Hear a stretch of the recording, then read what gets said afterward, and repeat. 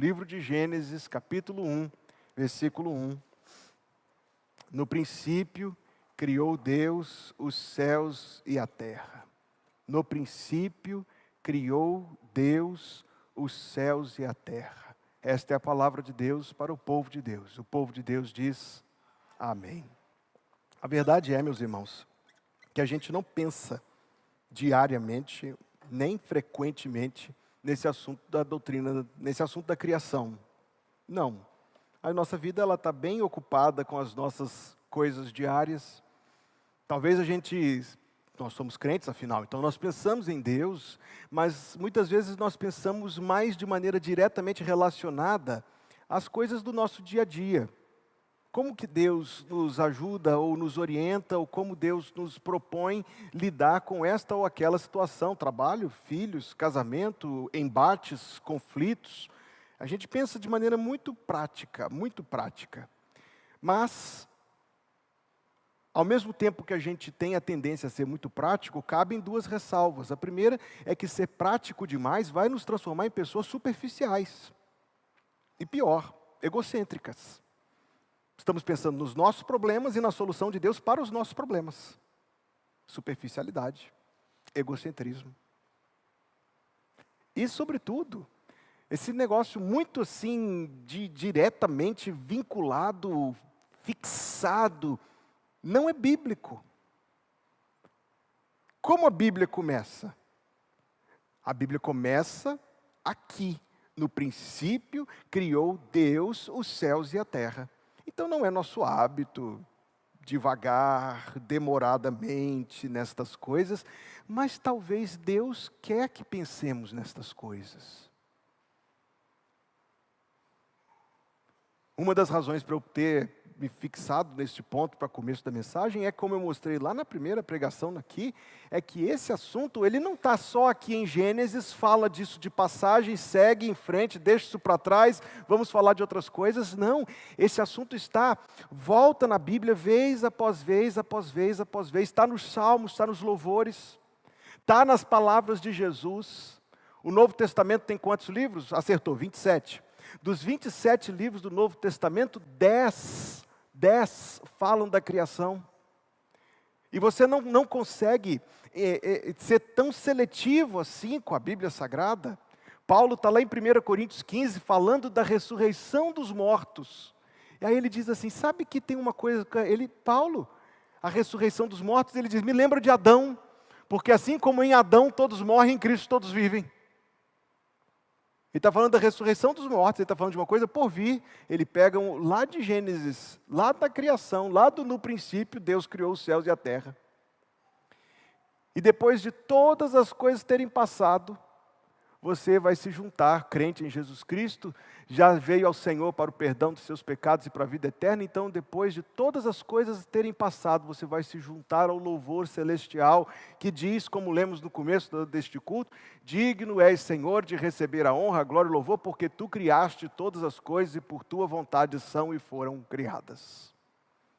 Então esse assunto não é um assunto pequeno na Bíblia.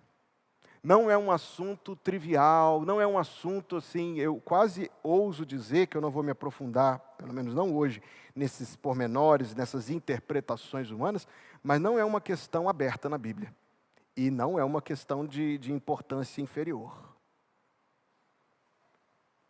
Antes de Deus se apresentar como Salvador, antes de a Bíblia dizer que Deus é amor, antes de a Bíblia dizer até mesmo que Deus é santo, a Bíblia diz que Deus é o Criador de todas as coisas.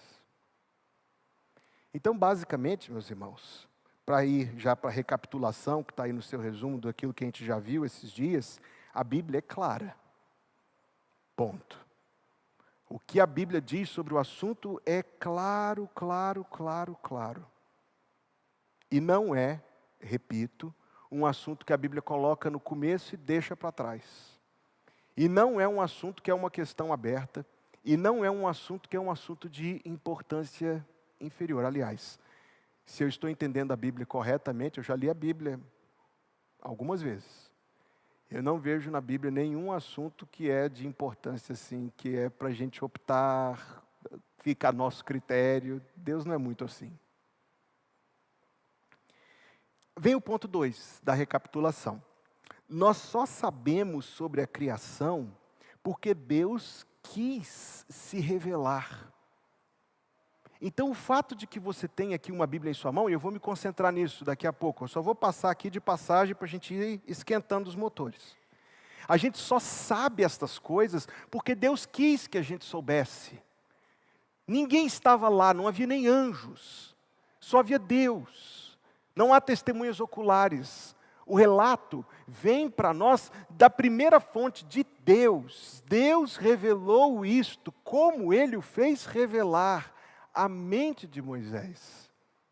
Vou te jogar aqui uma ideia para você pensar nela. Algumas pessoas fazem a seguinte objeção, alguns dos críticos. Dizem assim que a linguagem de Gênesis, ela não é científica. A linguagem não é científica. Eu, durante muito tempo da minha vida cristã, tinha muitas dúvidas sobre este assunto. Eu achava este um assunto complexo, eu já defendi, ou pelo menos pensei ideias tão erradinhas. A questão é o seguinte, abra um livro de ciências. A linguagem científica, ela é dada por meio de símbolos e números, não é verdade? Como Deus poderia revelar a criação em linguagem científica? Ela seria uma comunicação inócua.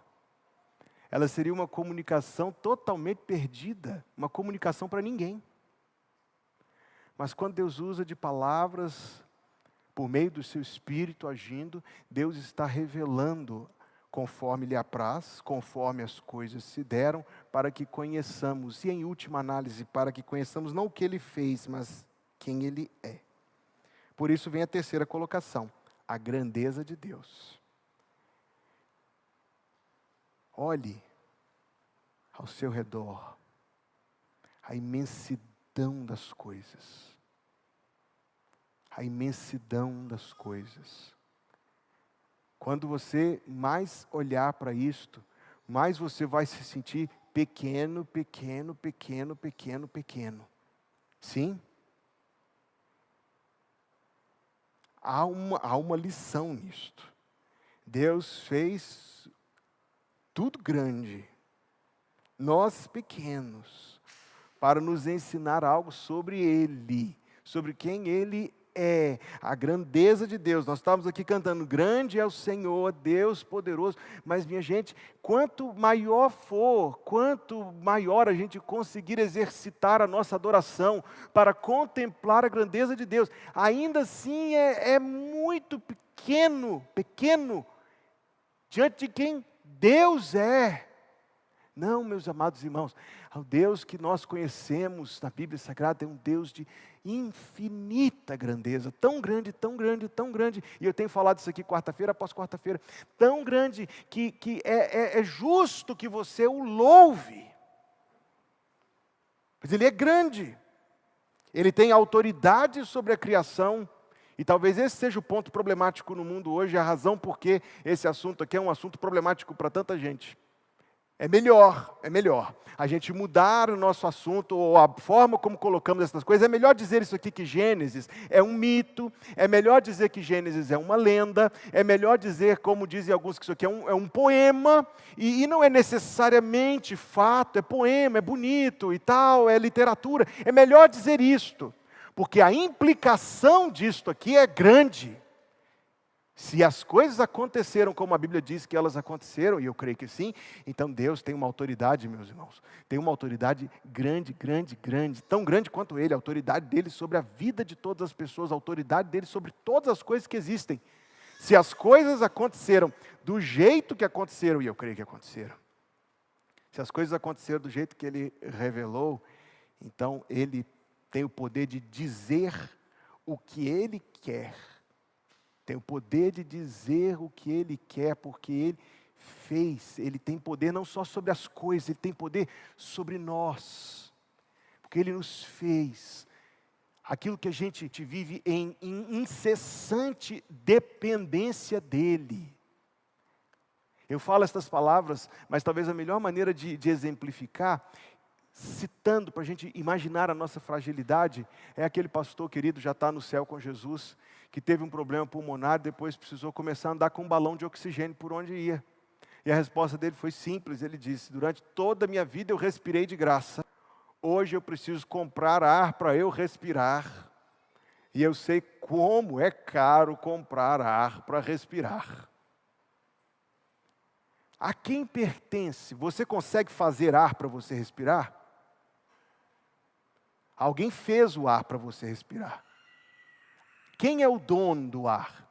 Veja que, se a gente disser que a dona da água é a Caema, né? A Caema até gosta de cobrar mesmo pela água. Mas quem é o dono? Ela não produz água, ela não sabe fazer. Ela vai pegar um hidrogênio, um oxigênio, vai juntar e fazer água para nós, ela não faz. Quem é o dono da água que você bebe? Quem é o dono do ar que você respira?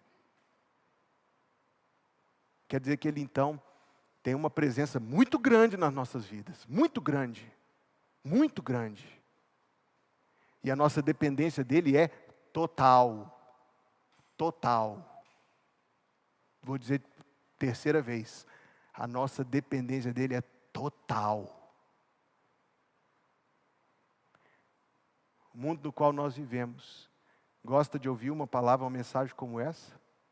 Esse mundo de confusão aí, esse mundo de transgressão, de rebeldia,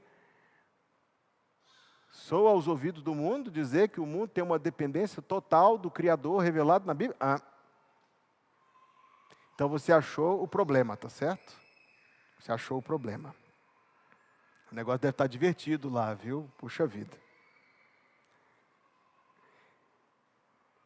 Em sexto lugar, recapitulando, o propósito eterno de Deus em amor. Deus criou todas as coisas. Deus criou todas as coisas em amor. A criação revela o poder de Deus. Eu disse aqui que eu tenho medo do mar, e tenho. Mas se você pensar bem, as coisas da natureza são temíveis. Se você vê uma enchente, é temível. Um furacão é temível. Eu nunca cheguei nem perto, e não quero chegar perto de um vulcão em erupção. É temível, é temibilíssimo. Eu não gosto do frio, não gosto. Graças a Deus eu moro aqui bem pertinho da linha do Equador. Não tenho nenhuma vontade de voltar para onde eu morava, mais distante da linha do Equador, porque eu não gosto de frio, não me dou bem com frio. Mas você não tem medo do frio? O frio te mata. O frio te mata. Então você precisa ter uma visão de que todas essas coisas que existem, elas nos mostram o poder de Deus. Ele é poderoso sobre todas essas coisas que existem, porque normalmente a gente fala de criação e os hinos que a gente canta, fala de flores, passarinhos, árvores. Beleza, vulcões também, enchentes, furacões, coisas poderosas. Para poder ter criado todas essas coisas, tê-las feito surgir, e esse é o ponto, para tê-las feito surgir, é um ato gigante, inimaginável de poder. Quando Jesus parou o mar e o vento, qual foi a pergunta que os discípulos se faziam depois daquilo? Quem é este? Quem é este que até os ventos e o mar lhe obedecem? Então, a sabedoria de Deus está visível na criação, pela maneira harmonizada e pela maneira justaposta como as coisas acontecem. A sabedoria de Deus, e Ele mostra algo do seu caráter, apenas algo. A criação, irmãos, por grande que seja e admirável que seja, e por muitas conclusões que a mente humana pode chegar a partir da leitura, da observação, da interpretação da criação que se faz, nós podemos, por exemplo, a criatura mais ingênua do mundo, a pessoa mais limitada do mundo, ela pode olhar ao redor dela e ser minimamente racional e dizer, não, se isso aqui existe é porque alguém fez. Você entende que essa é a pergunta que Gênesis responde? Se isso que existe é porque alguém fez. Mas você não consegue passar disso. Quem fez? Qual o nome dele? Como ele é? a quem Ele ama, o que lhe apraz e o que não lhe apraz, nada disso você sabe, nada. Você precisa da revelação, graças a Deus pela Bíblia, você precisa da revelação. E aí nós olhamos na quarta-feira passada, recapitulando aí número 10, Deus antes da criação, aquela lista de versículos. Eu espero que você tenha meditado nesses versículos, que foi assim que eu os entreguei, foi assim que eu os encomendei aos meus irmãos, para você meditar neles, antes da fundação do mundo. Jesus falando da glória que Ele tinha com o Pai antes da fundação do mundo. E falando do amor salvador de Deus, que escreveu os nomes no livro da vida, que diz Apocalipse 13:8, 17:8, antes da fundação do mundo. Uau! Irmãos, eu falei 30 minutos sobre isso quarta-feira passada, e eu não vou falar 30 minutos hoje, mas se deixasse eu falaria. É imenso. Deus olhou para você, para mim, para nós, e escreveu os nossos nomes no livro da vida do Cordeiro, antes da fundação do mundo. É muito glorioso isto. Não queira tirar conclusões ainda não, apenas contemple, apenas admire a imensidão do que nós estamos falando. Depois vêm as conclusões. Perdão. Deus criou todas as coisas por sua palavra. Esse ponto é muito importante a gente recapitular.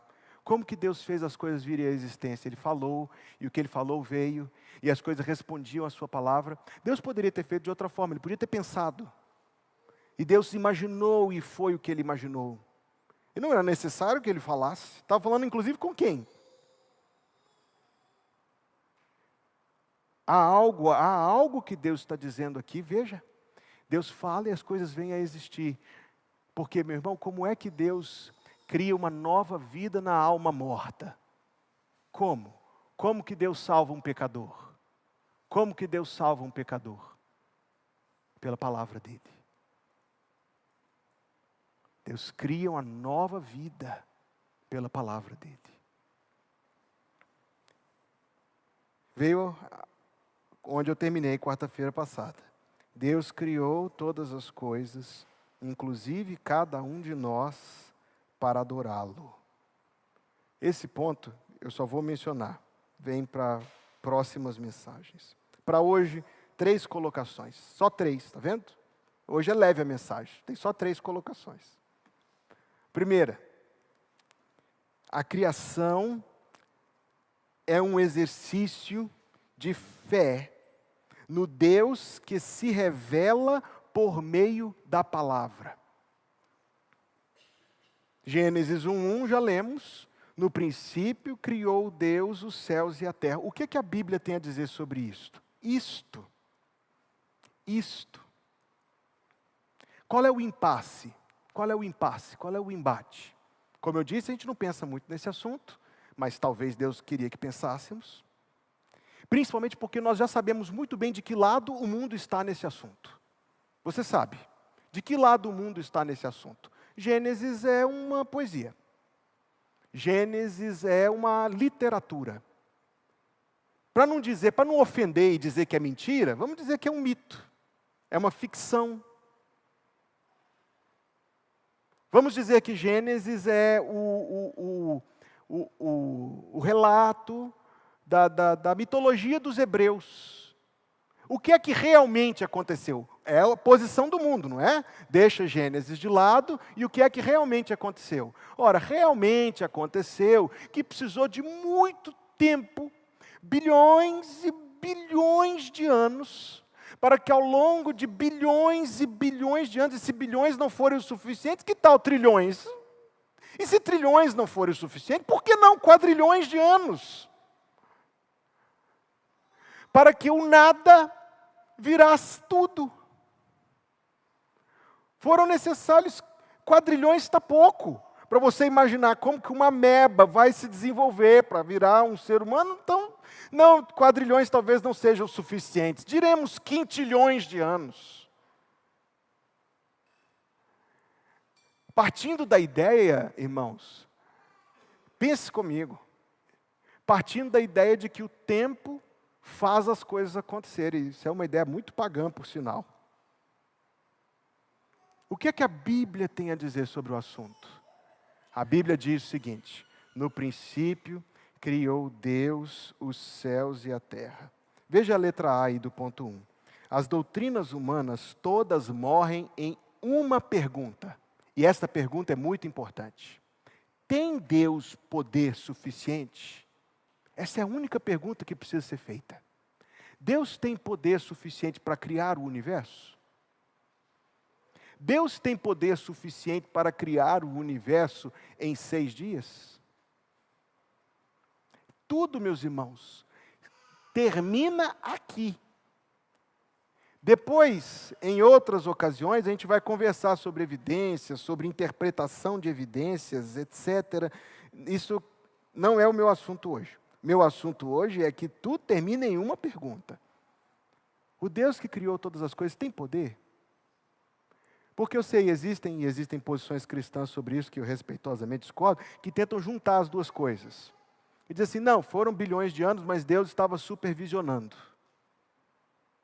Foram bilhões de anos, mas Deus estava coordenando. Eu tenho muita dificuldade com essas posições. Eu sei que tem muita gente que pensa assim, respeitosamente, vem discordar.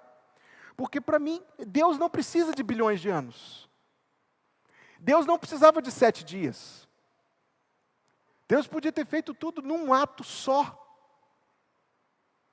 Se Ele escolheu fazer em 6 dias, foi por uma deliberação da sabedoria dEle, que é objeto, inclusive, para outra reflexão. O ponto sendo apenas este: Deus tem poder suficiente? Mas desse ponto, vem uma segunda colocação. A existência da criação é uma maravilha. Veja, a existência da criação é uma maravilha. Nós já passamos aqui um rápido exercício de imaginação, vulcões, não é isso? Mar, tempestades, enchentes, mas também coisas deliciosas. A vida com todos os seus prazeres, a beleza, a simetria, a diversidade, são coisas tremendas. Sim, a criação é uma maravilha. Gente, de verdade, eu estou aqui tentando passar para os meus irmãos os sentimentos que eu tenho, a compreensão que eu tenho tido destas coisas. A criação é uma maravilha, é simplesmente esplêndido. Ei, se isso aqui, tudo que existe foi feito por alguém, palmas para esse alguém. A criação é uma maravilha. Mas a existência da Bíblia é uma maravilha muito maior. Por quê? Tendo criado, o Criador quis que nós o conhecêssemos. E a forma como Ele escolheu para nós o conhecermos, se Ele sendo o Criador, se Ele exigisse de você viver a sua vida inteira para ir para o outro lado do mundo, viajar, subir a montanha de joelhos, fazer qualquer coisa para buscá-lo nas cavernas, no deserto, no alto da montanha, no gelo, onde fosse, seria sua obrigação com Ele cumprir a exigência dEle. Mas esta palavra, como diz lá Moisés em Deuteronômio, e volta Paulo em Romanos a dizer, esta palavra não está longe de ti, muito perto.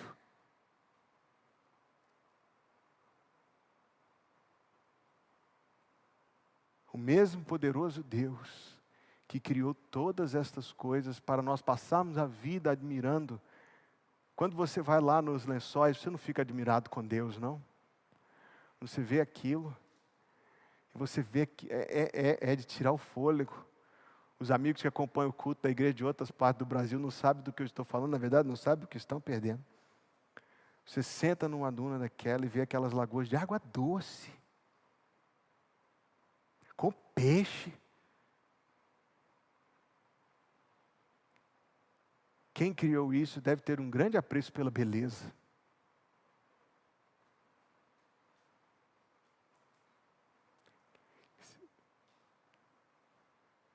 Se existe alguém que criou isso, existe, palmas para Ele. É muito belo as coisas que Ele faz. É maravilhoso, não é?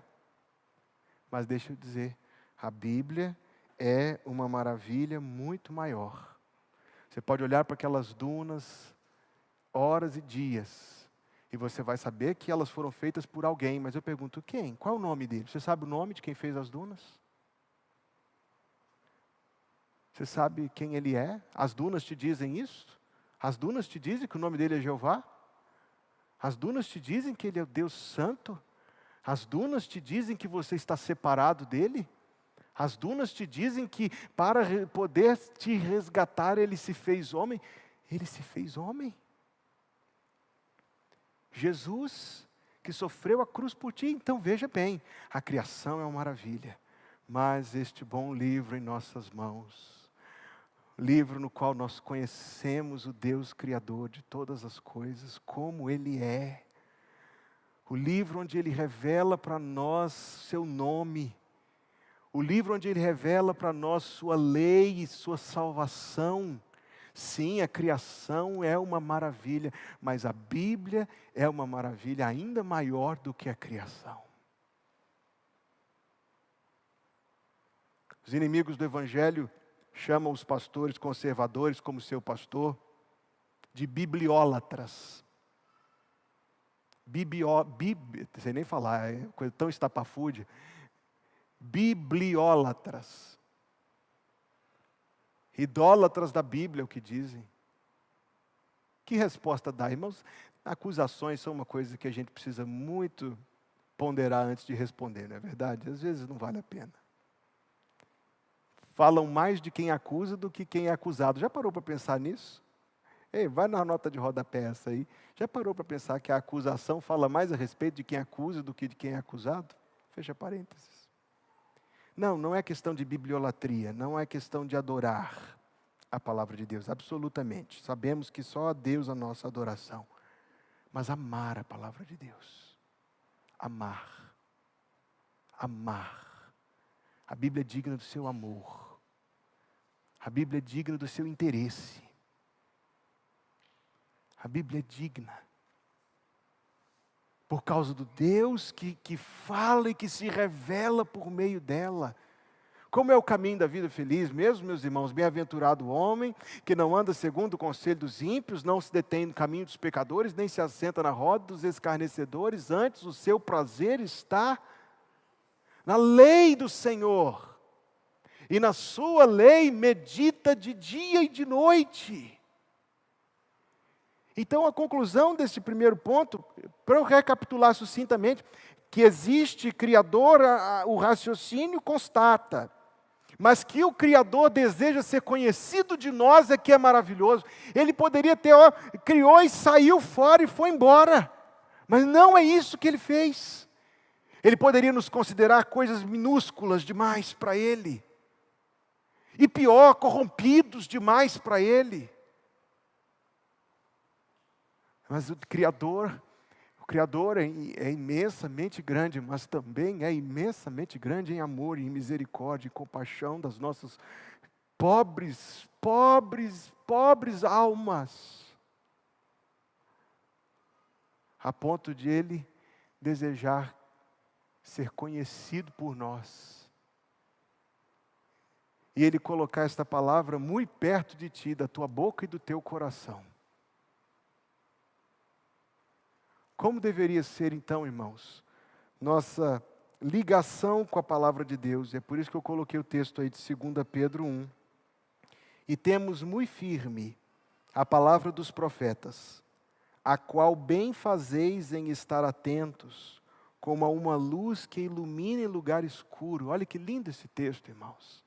Olha que coisa preciosa. Precioso este versículo. E temos muito firme a palavra dos profetas, a qual bem fazeis em estar atentos. Como deve ser nossa ligação com a Bíblia? Estar atento a ela. Como a uma luz que ilumina em lugar escuro. Que lugar escuro é esse? É o mundo onde a gente está. É este presente século ao nosso redor. É um lugar escuro. Qual é a luz que nós temos, irmãos? São os versículos, os 31.000 versículos da Bíblia. São só 31.000. Dá até para memorizar agora, pensando nisso.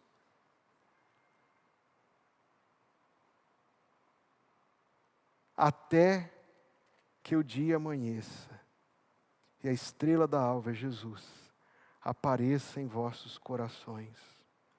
Sabendo primeiramente isto, que nenhuma profecia da Escritura é de particular interpretação, porque a profecia nunca foi produzida por vontade de homem algum, mas os homens santos de Deus falaram inspirados pelo Espírito Santo. Nós começamos olhando para a criação, mas a conclusão desse primeiro ponto é olhar para a nossa Bíblia. Você tem lido a Bíblia, meu irmão?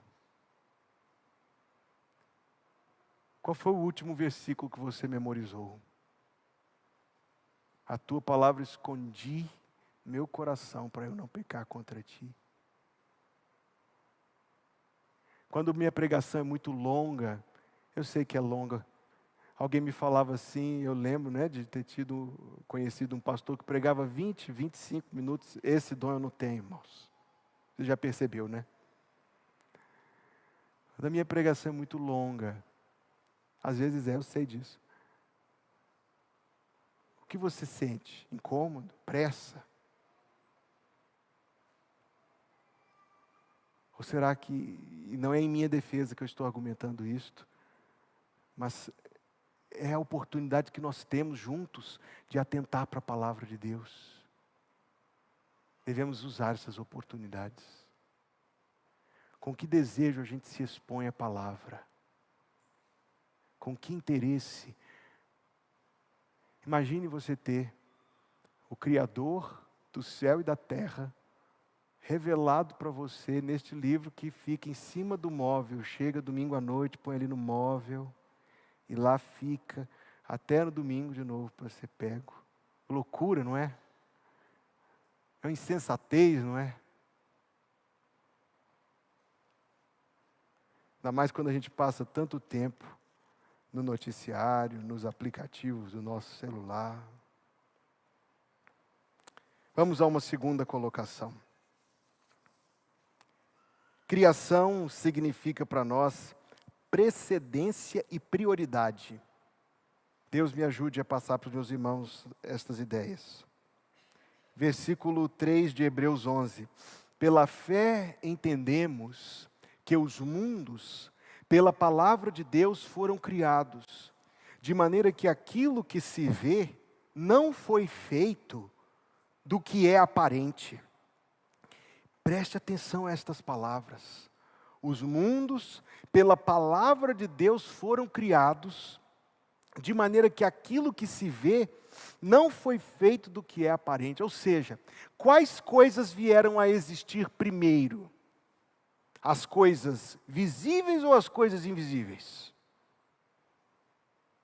Quais coisas vieram a existir primeiro? As coisas espirituais ou as coisas materiais? Precedência. Precedência. Curiosamente, nas nossas vidas, normalmente o que vem depois é melhor do que o que vem primeiro. O que fazemos depois vem. A segunda experiência costuma ser melhor do que a primeira. Mas nós não estamos falando de Deus tentando e errando e aprendendo com o erro. Deus dispôs as coisas conforme sua sabedoria. Então, para que essa ideia passe de mim para os meus irmãos, eu pergunto de novo: o que veio a existir primeiro? As coisas materiais ou as coisas espirituais? E quais delas nós deveríamos buscar com mais intensidade? Se as coisas espirituais têm precedência sobre as coisas materiais, eis aqui a aplicação para a nossa vida. Se as coisas espirituais têm precedência sobre as coisas materiais, quais coisas nós deveríamos passar mais tempo buscando? As coisas materiais ou as coisas espirituais? As coisas de Deus.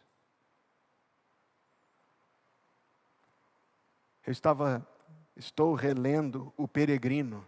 Conhece O Peregrino, de John Bunyan? Conhece? Fica a sugestão, uma indicação de uma leitura que, se eu for dar uma segunda sugestão, é: não leia com pressa demais. Leia devagarzinho. Não precisa ter pressa, leia devagarzinho. Primeira vez que eu li o Peregrino, eu li em um dia. Foi bom, mas não foi bom. Melhor é ler devagarzinho. Eu estou relendo, inclusive na minha pregação de domingo à noite, eu vou ler um trecho de O Peregrino para os irmãos. E aí eu estava lendo aquele trecho em que Cristão é o personagem principal. Se você não conhece o livro, ele conta a história de um homem chamado Cristão que saiu da cidade da destruição em direção à cidade eterna, à cidade celestial. É uma figura de linguagem.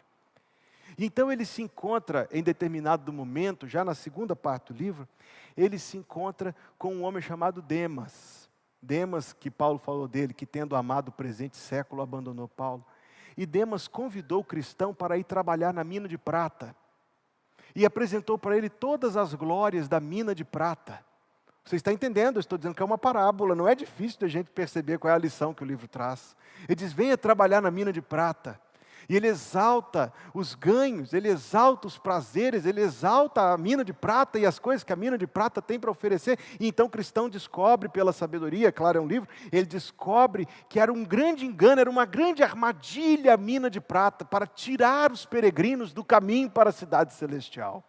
Olha, esse livro foi escrito em 1670, faz 350 anos que esse livro foi escrito. E como é atual, quantos são os cristãos que caem na armadilha da mina de prata? Se as coisas espirituais vieram primeiro, é porque elas são mais importantes. Se elas têm precedência, elas têm prioridade. Quais são as coisas que nós deveríamos buscar? Como nós deveríamos considerar as coisas invisíveis? Quais são? A segurança da sua alma. Seu destino eterno é a primeira, talvez, a pensar. Sua comunhão com Deus, sua santidade, seu crescimento espiritual. Todas as coisas de Deus, como nós deveríamos considerá-las? Irmãos, todos nós estamos crescendo nisso, eu junto a vocês, mas nós deveríamos considerá-las em primeiro lugar. Veja esse versículo de Hebreus 12. Por isso, tendo recebido um reino que não pode ser abalado, retenhamos a graça pela qual sirvamos a Deus agradavelmente, como? Com reverência e com piedade, porque o nosso Deus é um fogo consumidor. Terceira e última colocação. A criação nos diz que Ele é o começo de todas as coisas. Não precisamos elaborar, porque isso já tem sido aqui estabelecido. Ele é o começo de todas as coisas. Ele cria até hoje. Quem que cria a alma no ventre, quando a semente do homem e a semente da mulher se encontram no ventre? Quem cria a alma? É um milagre tremendo. Ele sustenta todas as coisas. Ele sustenta todas as coisas, e isso deve nos causar admiração. Ao redor do mundo agora, existem pessoas que estão respirando o ar que pertence a Deus, que Deus lhes permite respirar o ar dele, e estão respirando o ar dele para ofendê-lo. Ele é o sustentador misericordioso de todas as coisas. Nós salvos, e todos os dias, graças a Deus pela nossa salvação, nós sempre admiramos como Deus é misericordioso conosco, sim. Mas já pensou como Deus é misericordioso com os incrédulos também? Como Deus é misericordioso com os blasfemos? Com aqueles que injuriam o nome de Deus? Como não me lembrar de Deuteronômio, que diz que nós estamos aqui na palma da mão dele. E não diz isso de maneira, não, diz no sentido do julgamento mesmo, que no dia que ele tirar a mão, nós estamos arruinados. Ele sustenta, irmão. Isso não deve inspirar em nós temor? Deve inspirar em nós temor. Não receios dele, porque nós temos conhecido a Deus em seu amor, mas temor sim. Ele é tão grande, tão infinito. Ele é o Criador de todas as coisas. Ele é o sustentador de todas as coisas. O sustentador das nossas próprias vidas. O que eu desejava, irmãos, nesse ponto, que a gente conseguisse alcançar nessa parte deste ponto, era entender que este versículo, no princípio criou Deus os céus e a terra, quer dizer que Deus está presente nas nossas vidas, em todos os momentos. Presente em nossa vida em todos os momentos. Mas então, se Ele é o começo de todas as coisas, o sustentador de todas as coisas, Ele é o fim de todas as coisas. Todas as coisas estão indo ao encontro de Deus. Todas as pessoas estão indo ao encontro de Deus. Todas as coisas que existem culminarão, convergirão, terão seu ápice e término em Deus. Vamos entender algumas coisas. A ideia do paganismo do mundo antigo é de que a história humana é um círculo. Paulo tentou combater isso lá em Atos 17, que não é assunto para hoje, mas para uma futura ocasião. A história é um círculo. Quer ver que isso está presente no nosso mundo hoje? Nunca ouviu alguém dizer assim, a história se repete? Quantas e quantas vezes você e eu, na situação que a gente está vivendo hoje, a gente lembra de um negócio que aconteceu ano passado ou anos atrás, e cria uma leitura prévia de que vai se repetir o que aconteceu anos atrás nessa situação. Não é assim que o nosso cérebro se comporta? Há algo de uma herança pagã, é uma ideia puramente pagã. É a ideia de que a história é um círculo. Ciclos que se repetem, vez após vez, após vez, após vez. Essa ideia, no mundo presente, no paganismo ateu do mundo moderno, diz para nós que o universo é eterno. Eu realmente não tenho nenhuma aptidão para flertar com teoria científica no púlpito, até porque o nosso tempo é escasso. Mas, uma vez que eu disse que o mundo coloca Gênesis para lá, o que é que o mundo põe no lugar de Gênesis? Você sabe, as pessoas acreditam na teoria do Big Bang. Só não tente, não me peça para tentar encaixar Big Bang com Gênesis. Não dá. Ok? Muito bem. Aí você pergunta para um grande intelectual do nosso tempo a seguinte pergunta: e antes, o que existia? Porque a ideia é simples. Tudo estava concentrado numa coisinha pequenininha que explodiu, e dessa explosão veio tudo. Mas e antes disso? Existe um antes, e a resposta consensual no mundo incrédulo que nós vivemos é que essa teoria é um ponto de partida. Havia antes, só não é resgatável o que havia antes, mas havia antes. Ou seja, está nos dizendo o quê? Que o universo é eterno. Algo tem que ser eterno, ou Deus ou o universo. Então nos diz que o universo é eterno, que a matéria é eterna, que as coisas sempre existiram. É a mesma ideia pagã.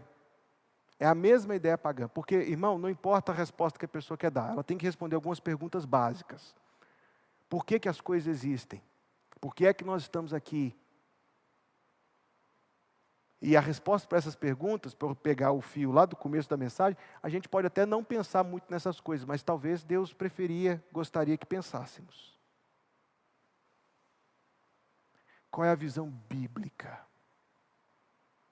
A visão bíblica. Veja que agora você vai ver Gênesis comigo por um outro lado. Olha o texto aí de 2 Pedro 3, versículos 5 a 7.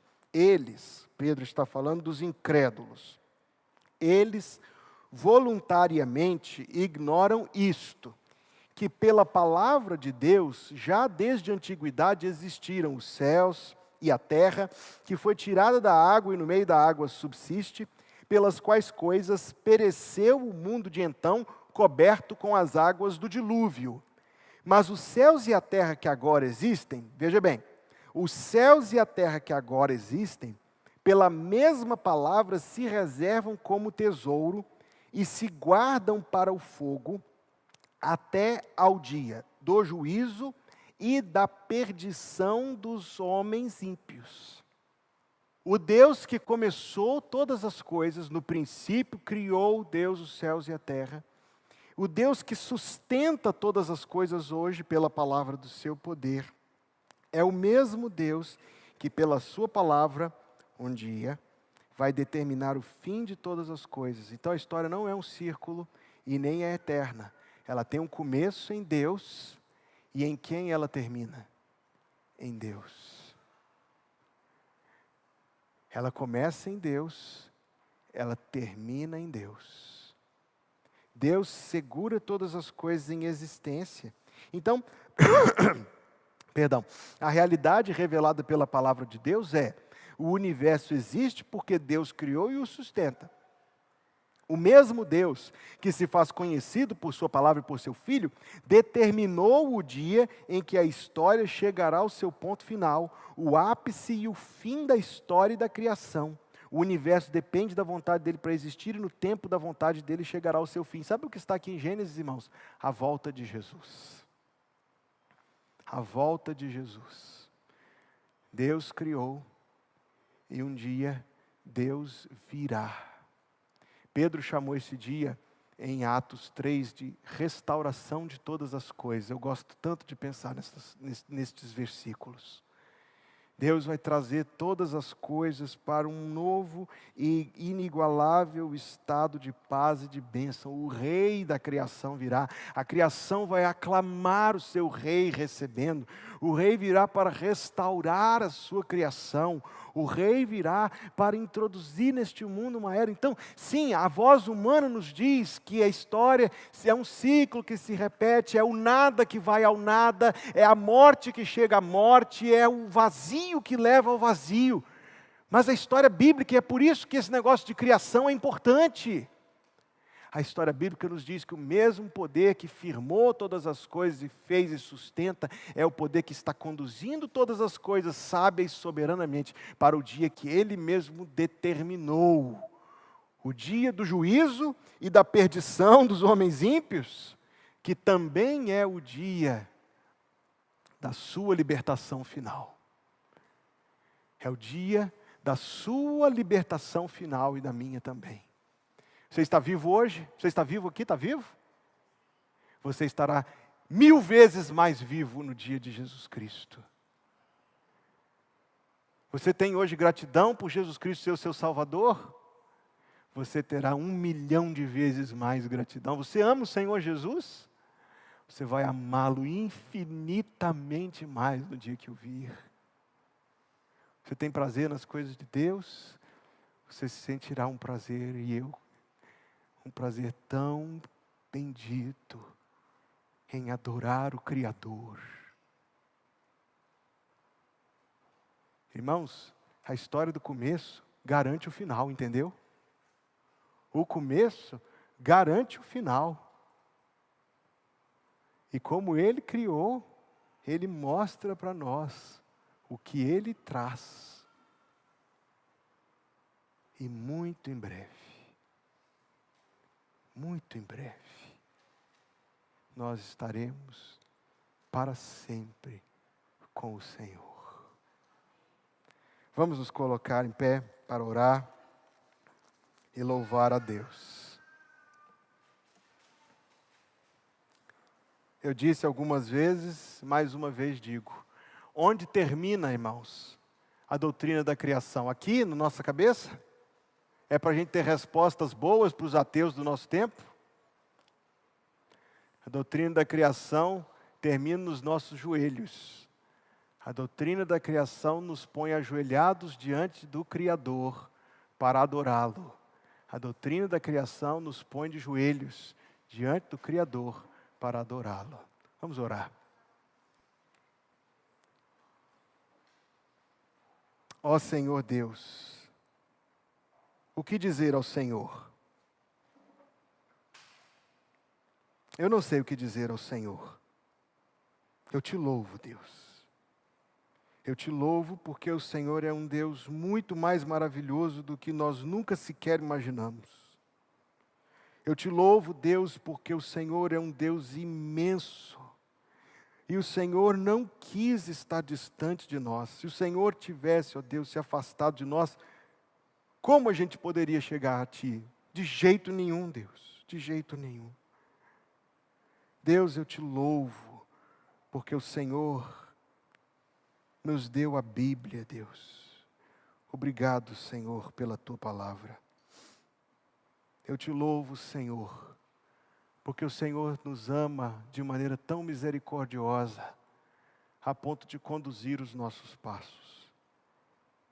Ó Deus, sê paciente com os teus servos, Deus, enquanto nós ainda não sabemos nem o que dizer para Ti. Sê paciente conosco. Continua, Senhor, a fazer a Tua obra na nossa vida. Continua, Senhor, a nos ensinar. Continua, Senhor, a nos conduzir e vai perdoando os nossos pecados a cada dia, Deus. E vai, Senhor, fazendo a Tua obra no nosso coração, a fim de que um dia, no dia de Cristo, cada um de nós possa Te oferecer um louvor perfeito. Cada um de nós possa Te oferecer uma adoração perfeita. Mas vai, Senhor, trabalhando em mim e nos meus irmãos a cada dia, a cada dia. Obrigado por este culto, ó Deus. E ao término do culto, estende sobre nós a Tua proteção e a Tua bênção. Enquanto voltamos para a nossa casa e amanhã para os nossos afazeres, estende sobre nós a Tua bênção e a Tua proteção, amado Deus, para que possamos viver na luz do Senhor e viver, ó Deus, em comunhão contigo, enquanto esperamos o dia glorioso em que Teu Filho voltará e por esse dia, mais uma vez, clamamos: vem, Senhor, e traz esse dia. Que até esse dia chegar, meu irmão, o Senhor te abençoe e te guarde. O Senhor faça resplandecer o seu rosto sobre ti e tenha misericórdia de ti. O Senhor sobre ti levante o seu rosto e te dê a paz, e assim seja em nome de Jesus. A igreja de Deus diz: amém.